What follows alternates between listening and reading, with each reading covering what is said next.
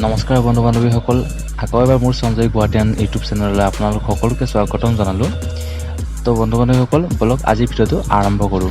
তো বন্ধু বান্ধৱীসকল, জানেনে আপোনালোকে যদি বিশ্বখনত আমাৰ ইণ্ডিয়াখন এক্সিষ্ট নকৰিলে হয় বা নাথাকিলে হয়, তেতিয়া বিশ্বত আইনষ্টাইন, নিউটন, এডিছন আৰু টেছলাৰ নিচিনা প্ৰসিদ্ধ বৈজ্ঞানিকে নহ'লহেঁতেন।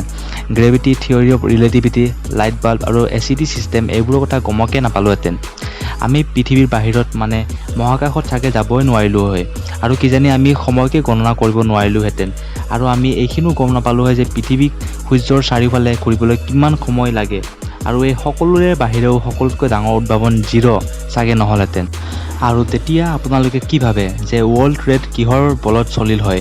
গণিতৰ যি হিচাপ নিকাচ হয় সেয়া কেনেদৰে সম্ভৱ হ'ল হয়? আৰু এবাৰৰ বাবে মানি লওঁ যে এই সকলোবোৰৰ উপায় বাহিৰেও কোনোবা বৈজ্ঞানিকে উলিয়ালে হয়, কিন্তু বিশ্বত বাংলাদেশ, ভূটান, পাকিস্তান, নেপাল, শ্ৰীলংকা আৰু আফগানিস্তানৰ নিচিনা চাগে দেশে দিঠকত নাথাকিলে হয়। যদি আপোনালোকে এইবোৰ জানিব বিচাৰে যে যদি ইণ্ডিয়া নহ'লহেঁতেন সমগ্ৰ বিশ্বই কি কি লোকচানৰ সন্মুখীন হ'লহেঁতেন, তেনেহ'লে স্কিপ নকৰাকৈ ভালদৰে চাওক এই ভিডিঅ'টো। তো কথাটো হ'ল, যদি ইণ্ডিয়া নহ'ল হয় তেতিয়াহ'লেতো পোনপ্ৰথমে বিশ্বৰ 20% জনসমুদ্ৰ এনেই নোহোৱা হ'লহেঁতেন। কাৰণ জানে কিছুসংখ্যক ভিউৱাৰে যে আমাৰ ইণ্ডিয়া জনসংখ্যাৰ লিষ্টত বিশ্বত দ্বিতীয় স্থানত আছে। আৰু অবভিয়াছ কথা যে যদি ইণ্ডিয়া নহ'ল হয় তেতিয়া ইণ্ডিয়াত যি মাটিবৰ্গ আছে সেই আৰু মাটিবৰ্গ বিশ্বৰ পৰা নাইকিয়া হ'লহেঁতেন।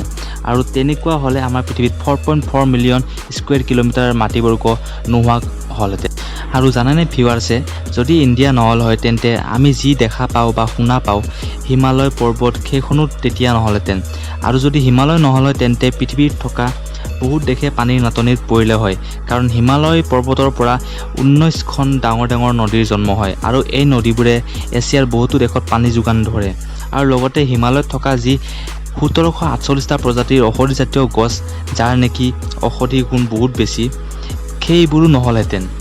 তো বন্ধু বান্ধৱীসকল, গম পালে ইণ্ডিয়া নহ'লে হিমালয় নহ'লহেঁতেন, হিমালয় নহ'লে ঔষধি গছ নহ'ল হয়।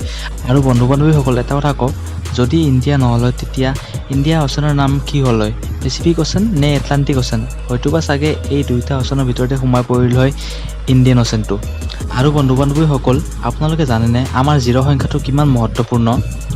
হয় বন্ধু বান্ধৱীসকল, জিৰ'টা দেখিব গ'লে এটা ভেলুলেছ সংখ্যা, কিন্তু বন্ধু বান্ধৱীসকল সঁচা কথা ক'ব, যদি জিৰ' নহ'লহেঁতেন তেতিয়া যেনেদৰে আমি এতিয়া ইমান সহজ সৰলভাৱে জীয়াই আছোঁ, এনেদৰে আমি জীয়াই থাকিব পাৰিলোঁহেঁতেন নে? জিৰ' নহ'লে কি আমি গণিতৰ হিচাপ নিকাচ কৰিব পাৰিলোঁহেঁতেন নে? আমি পইচাৰ লেনদেন কৰিব পাৰিলোঁহেঁতেন নে? আৰু যদি জিৰ' নহ'ল হয়, আমাৰ ফিজিক্স, কেমেষ্ট্ৰি, মেথছৰ ইমান বেয়া অৱস্থা হ'ল হয় হেঁতেন যে বহুত ধৰণৰ আৱিষ্কাৰো সম্ভৱ নহ'লহেঁতেন। গণিত হ'ল ভাষা বিজ্ঞানৰ আৰু জিৰ' হ'ল প্ৰাণ গণিতৰ। যদি জিৰ' নহ'লে হয় তেনেহ'লে সদায় 1ৰ পৰা 9লৈ হ'ল হয়, আৰু হয়তো আমি কিজানি ৰোমান সংখ্যা ব্যৱহাৰ কৰিলোঁ হয়।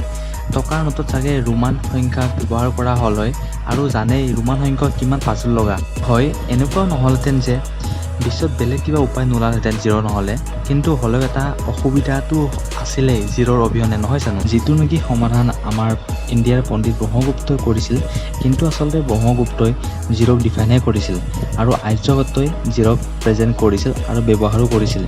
আৰু সেই জিৰ'টোৰ বাবে আমি আজিৰ দিনত ফিজিক্স, কেমেষ্ট্ৰি, মেথছ এই ছাবজেক্টবোৰত আগবাঢ়িব ধৰিছোঁ।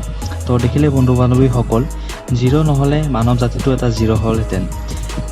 যেনেদৰে বন্ধু বান্ধৱীসকল আমাৰ এই ভিডিঅ'টো আছিল ইণ্ডিয়া নহ'লে কি হ'লহেঁতেন, আৰু মই কৈছিলোঁ যে আইনষ্টাইন, নিউটন, এডিছনৰ নিচিনা ডাঙৰ ডাঙৰ বৈজ্ঞানিকো নহ'লে বুলি। গতিকে আচলমতে মই এওঁলোকৰ কথা কিয় কৈছিলোঁ? আচলতে বন্ধু বান্ধৱীসকল, কোৱাড্ৰেটিক ইকুৱেশ্যনছ কথা জানেনে আপোনালোকে? হয় বন্ধু বান্ধৱীসকল, ইণ্ডিয়াৰ গণিত শাস্ত্ৰৰ ভাস্কৰদেৱে 1114 AD পৰা 1185 AD লৈ গৱেষণা কৰি কোৱাড্ৰেটিক ইকুৱেশ্যনছৰ ওপৰত সংজ্ঞা দিছিল। বন্ধু বান্ধৱীসকল, আপোনালোকে জানেনে কোৱাড্ৰেটিক ইকুৱেশ্যনছ মানে কি? আচলতে কোৱাড্ৰেটিক ইকুৱেশ্যনছ মানে হ'ল, সৰুতে যে আমি পঢ়িব পাইছিলোঁ a² + b² = a + b whole square. আচলতে এই কিছুমান কোৱাড্ৰেটিক ইকুৱেশ্যনছৰ পৰাই আজিকালিৰ বিজ্ঞানত মেথমেটিক ভেলু দিব পাৰিছে বিজ্ঞানীসকলে। এইবোৰ ফৰ্মুলাৰ বাবে বহুত বৈজ্ঞানিকসকলৰ কাম উজু হৈ গ'ল, আৰু এইবোৰ ব্যৱহাৰ কৰি বৈজ্ঞানিকসকলে বহু চৰ্চা চিন্তা ভালদৰে কৰিব পাৰে। মানে ক'বলৈ গ'লে যদি এইবোৰ নহ'লহেঁতেন, যদি ইণ্ডিয়া নহ'ল হয়, মই নকওঁ যে এওঁলোকে পিছলৈ হ'লেও এইবোৰ কৰিব নোৱাৰিলে হয়, অৱশ্যে কৰিব পাৰিলে হয়, কিন্তু অলপ পলম হ'ল হয়। মানে ক'বলৈ গ'লে আমি এইবোৰৰ বাবে অলপ পিছত থাকিলোঁ হয় বাস্তৱৰ পৰা। ইণ্ডিয়া নহ'লে আকৌ জানেনে বন্ধু বান্ধৱীসকল, বিশ্বৰ 70% মছলা জাতীয় সামগ্ৰী ইণ্ডিয়াৰ পৰা বাকীবোৰ দেশত যায়। যদি ইণ্ডিয়া নহ'লেহেঁতেন বাহিৰা মানুহসকলে আমাৰ ইণ্ডিয়াৰ মছলাই দি বনোৱা তৃপ্তিময় আহাৰো উপভোগ কৰিব নোৱাৰিলে হয়। যদি ইণ্ডিয়া নহ'ল হয় তেতিয়া এইবোৰো বাহিৰা মানুহে মিছ কৰিলে হয় আৰু বইল কৰা জুতি নথকা আহাৰ খাব লাগিলে হয় বেছি সংখ্যকে। যি কিছু মছলা বহিৰাগত দেশত পালে হয় সেইবোৰৰো প্ৰাইচ বহু বেছি হ'ল হয়। আৰু ইণ্ডিয়া নহ'লে আয়ুৰ্বেদাও নহ'ল হয়, যিটো নেকি 1020ৰ পৰা ব্যৱহাৰ কৰি আছে। আৰু আয়ুৰ্বেদাৰ প্ৰথম প্ৰমাণ আমাৰ ইণ্ডিয়াত প্লাষ্টিক চাৰ্জন সুশ্ৰুতা ডাঙৰীয়াই কৰিছিল।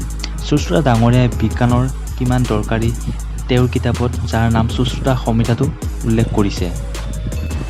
ইণ্ডিয়াৰ আয়ুৰ্বেদাত গোটেই বিশ্বতে 32,500 কোটি টকাৰ মাৰ্কেট আছে। আৰু এইটোও শুনিব পাইছোঁ যে 2025 চনলৈকে এই মাৰ্কেটখনে 1 লাখ কোটি টকা চুই দিব বিশ্বৰ দৰবাৰত। আৰু বন্ধু বান্ধৱীসকল জানেনে বিশ্বত প্ৰথম প্লাষ্টিক চাৰ্জাৰী ইণ্ডিয়াত হৈছিল? হয় বন্ধু বান্ধৱীসকল, ইণ্ডিয়াতে প্লাষ্টিক চাৰ্জাৰীৰ জন্ম হৈছিল। কছমেটিক চাৰ্জাৰী ইণ্ডাষ্ট্ৰি এতিয়া বিশ্বত 2.1 লাখ কোটি টকাৰ হয় আৰু এইটো বহুত ডাঙৰ ইণ্ডাষ্ট্ৰি হয়। আৰু এইবোৰৰ প্ৰমাণ সুশ্ৰুত সংহিতা বুলি কিতাপখনত উল্লেখ কৰা আছে। এইখন লিখিছিল 1020ৰ আগতে সুশ্ৰুত ডাঙৰীয়াই, যাক আমি ফাদাৰ অফ প্লাষ্টিক চাৰ্জাৰী বুলি জানো।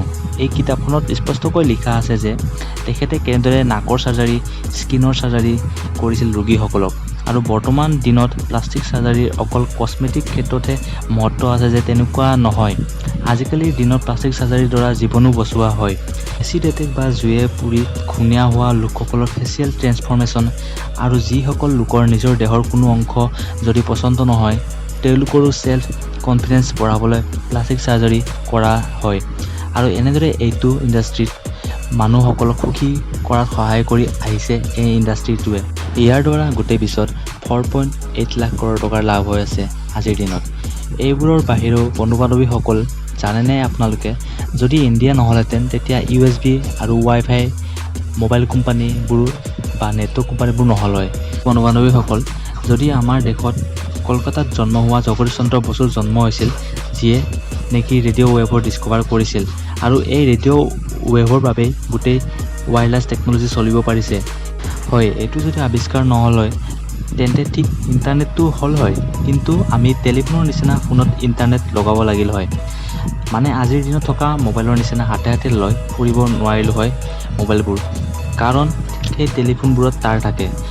তো এই গোটেইবোৰ ৱায়াৰলেছৰ কনচেপ্ট জগদীশ চন্দ্ৰ ডাঙৰীয়াই আনিছিল। আৰু এইটো উদ্ভাৱন জগদীশ চন্দ্ৰ বসু ডাঙৰীয়াই নকৰিলে আজিৰ গ্ল'বেল কমিউনিকেশ্যন ছিষ্টেমটোও বহুত দুৰ্বল হ'লহেঁতেন।